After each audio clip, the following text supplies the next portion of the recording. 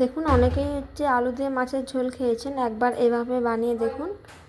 দেখুন আমি আলুগুলোকে লম্বা লম্বা করে কেটে নিয়েছি। এর মধ্যে আমি দিয়ে দেবো অল্প পরিমাণে নুন আর দিয়ে দিচ্ছি অল্প পরিমাণে হলুদ, দিয়ে এটাকে আমি সিদ্ধ করতে বসিয়ে নেব। এটা আমি 5 মিনিটের মতন সিদ্ধ করে নেব।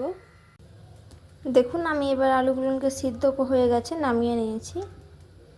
এর মধ্যে আমি দিয়ে দেব টমেটো, কুচিয়ে রাখা টমেটো নিয়েছি, এটা আদা বাটা, এটা নিয়েছি দারচিনি বাটা, নিয়েছি তেজপাতা, কুচনো হচ্ছে লঙ্কা, কাঁচা লঙ্কা, তার সাথে নিয়েছি আদা বাটা। দেখুন এবার আমি মাছটাকে ভেজে নিয়েছি। দেখুন কড়াইতে আমি তেল দিয়ে দিয়েছি। সিদ্ধ করে রাখা যে আলুটা ছিল, এই আলুটাকে আমি এবার একটু ভেজে নেব। দেখুন সিদ্ধ করে রাখা আলুটা আমি তেলের মধ্যে একটু ভেজে নিচ্ছি হালকা করে, যতক্ষণ না লালচে কালারটা আসে ততক্ষণ পর্যন্ত একটু ভেজে নেব। দেখুন আলুটা আমার ভাজা হয়ে গেছে, এবার আমি আলুটাকে নামিয়ে নিচ্ছি। কড়াইতে আমি এবার দিয়ে দেব অল্প পরিমাণে তেল।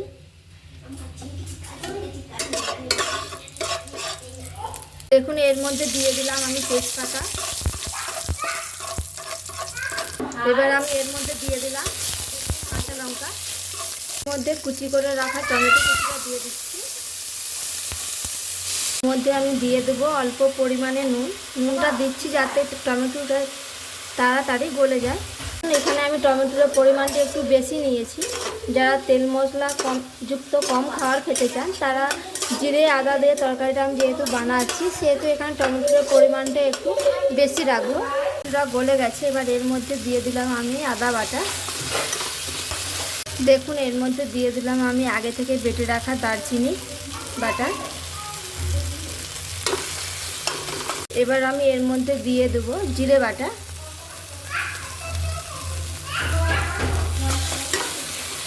এবার দেখুন আমি এর মধ্যে দিয়ে দিচ্ছি সামান্য পরিমাণে হলুদ গুঁড়ো আর সামান্য পরিমাণে লঙ্কার গুঁড়ো।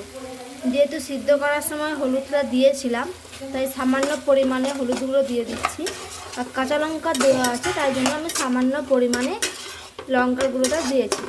এবার আমি এর মধ্যে সামান্য পরিমাণে একটু জল দিয়ে দিচ্ছি। দেখুন জলটা ফুট ধরে গেছে, এবার এর মধ্যে আমি ভেজে রাখা আলু দিয়ে দিচ্ছি। আমি এবার এভাবে এটাকে একটু নাড়াচাড়া করে নেব। দেখুন এটা নাড়া হয়ে গেছে, এর মধ্যে আমি দিয়ে দেবো এবার সামান্য পরিমাণে জল। দেখুন যেহেতু এটা আমি জিরে আদা দিয়ে বানিয়েছি সেহেতু বেশি এটাকে আমি নাড়াচাড়া করব না। দেখতে পেয়েছেন কতটা আমি জল দিয়েছি, জলের পরিমাণটা। জিরে আদা দিয়ে তরকারিটা বানাতে গেলে বেশি জল দেওয়া যাবে না। দেখুন এবার আমি এর মধ্যে মাছটা দিয়ে দিচ্ছি।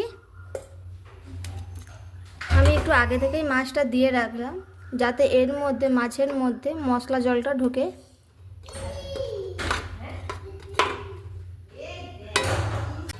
দেখুন এবার আমার এটাকে হয়ে গেছে, এবার এটা আমি নামিয়ে নিচ্ছি।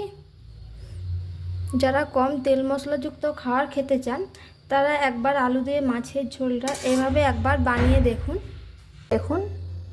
দেখুন কালারটাও খুব সুন্দর হয়েছে এবং খেতেও খুব সুন্দর হয়েছে।